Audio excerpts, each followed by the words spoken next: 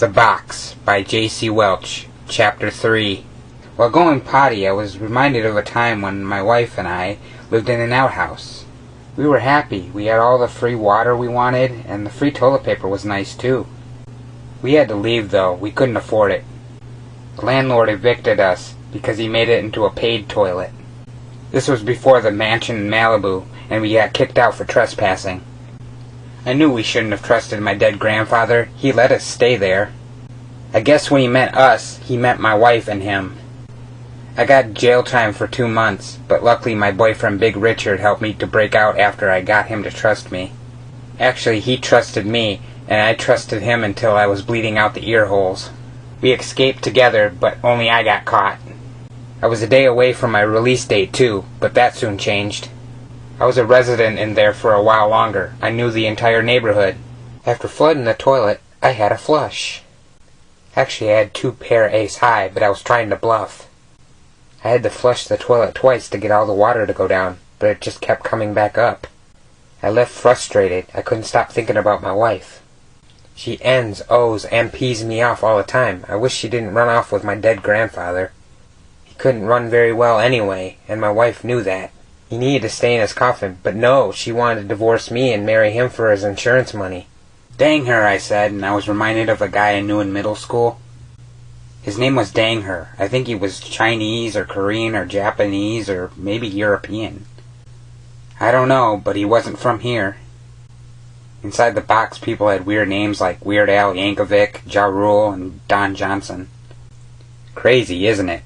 Well, anyways, I think Dang her was Asian or Caucasian or Jamaican or Mexican. Wherever they speak Canadian is where Dang her is from. I wouldn't want a name like that in America. It's like swearing.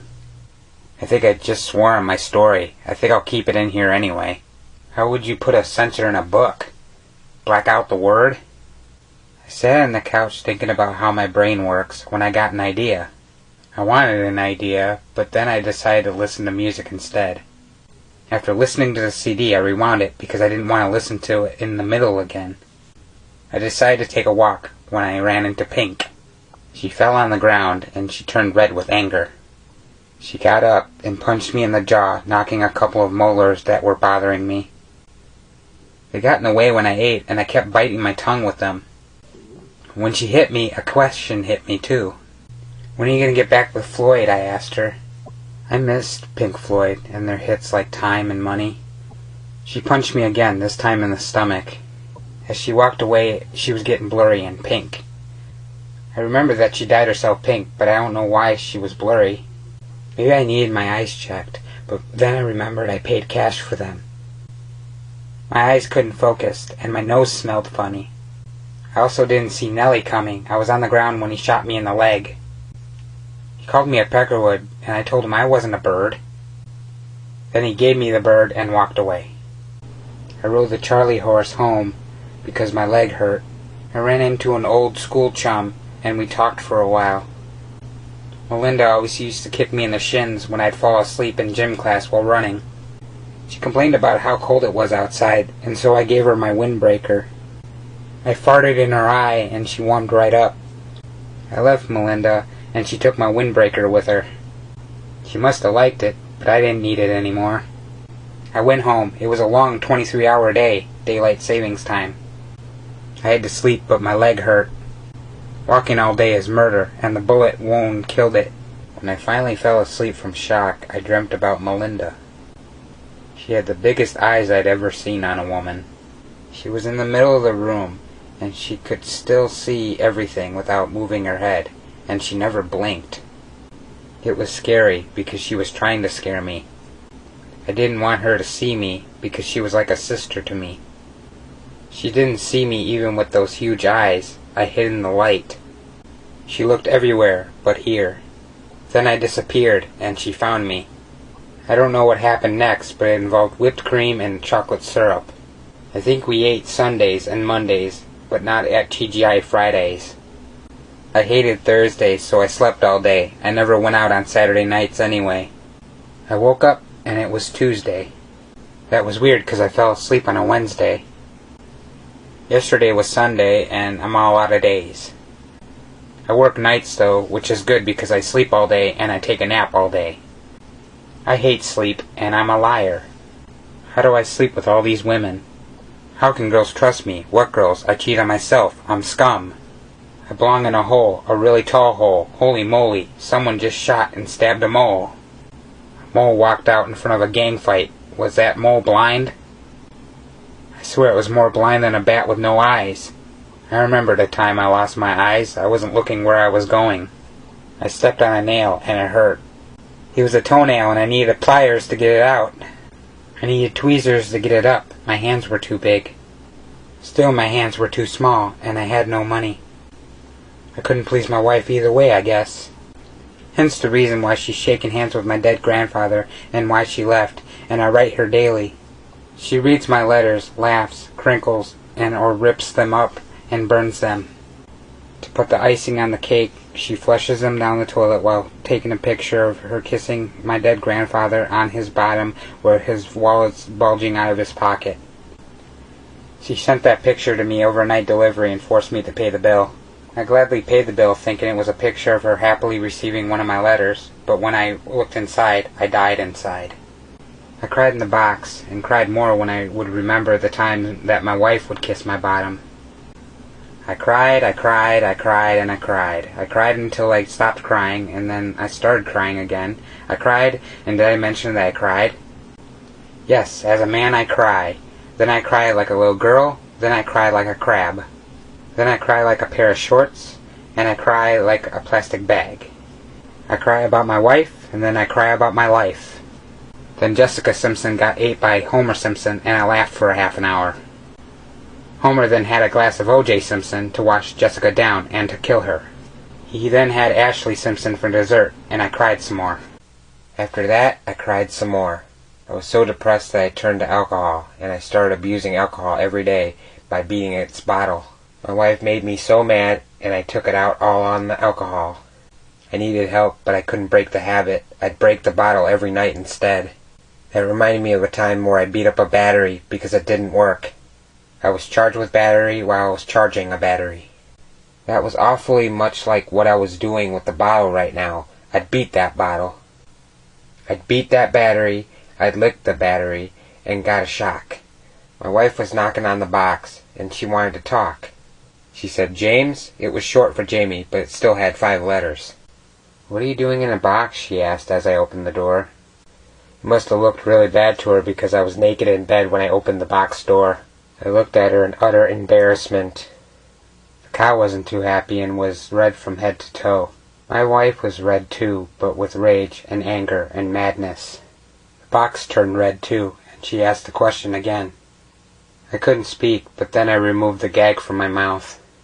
I wiped the spit off from around my mouth and fell over. I was still drunk from eating too many pieces of vanilla chocolate cake cookies. I looked up at her and said, "Super Weeble Uckle Beal." She looked at me and walked away. She came back later so that she could cool off. She slipped in the pool on the way back and cooled off. She was still hot at me, but no longer hot for me. I prefer the second one, but she was my first wife. "It wasn't what it looked like," I exclaimed, and reassured her by having her yell at me. She saw me and Melinda together. She thought that Melinda was seeing me, but I told her that she didn't see me. I was just in the shadows talking to her the whole time, but my wife didn't believe me. My wife knew that Melinda could see me in the dark with her big eyes wide open, but I totally thought that my wife was mad about the other thing. I thought she was jealous of the box, and wasn't jealous of Melinda. She always said she wasn't jealous of Melinda, and she was right. She was mad at her liking me, and not her. She was my imaginary friend. My wife never knew her. I don't know why she was so mad at me. I wish I could understand her. Men will never understand women, especially because they speak the opposite language as we do. "Well, I'm gonna go now," she said and left. That was the last time I ever saw her, because I lost my eyesight shortly after seeing her. After that, she smelled really good, and tasted even better. So I was a blind man living in a box, and I couldn't see either. I walked somewhere, and walked into a wall. I think I was outside now, and I was still naked. I stepped in something wet, and I heard a lady scream.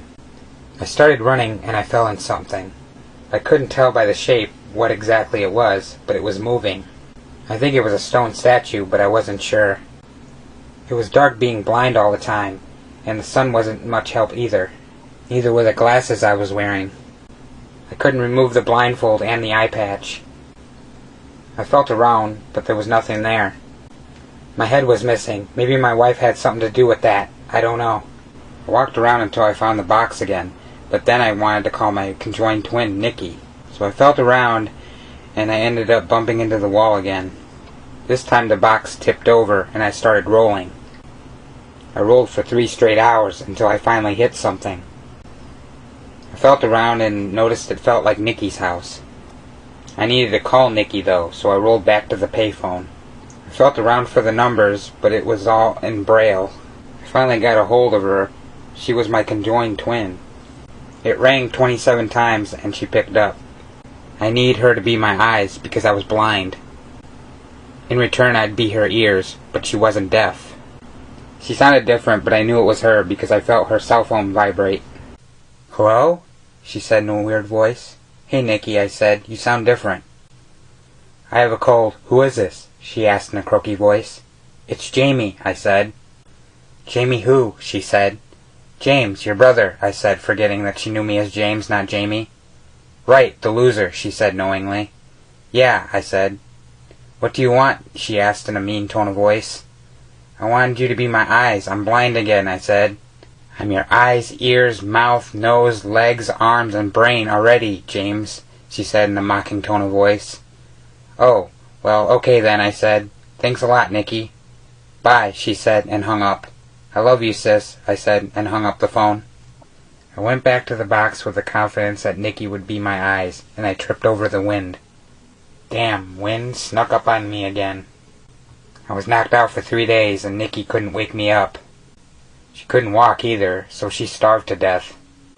So I woke up with a dead African-American woman attached to me. Nikki was dead, and I was blind. I had no eyes, and I was dragging a dead woman. I dragged her through the hood, and the gang started to shoot at me. I couldn't tell where the shots were coming from, so needless to say I was Swiss cheese by the time I got out of the hood. Nikki was fine, not a hole in her. Except the hole she was born with. I dragged myself to the box, and I slept to death. I woke up alive and holy. I joined a convent and became a nun that wore cheese suits.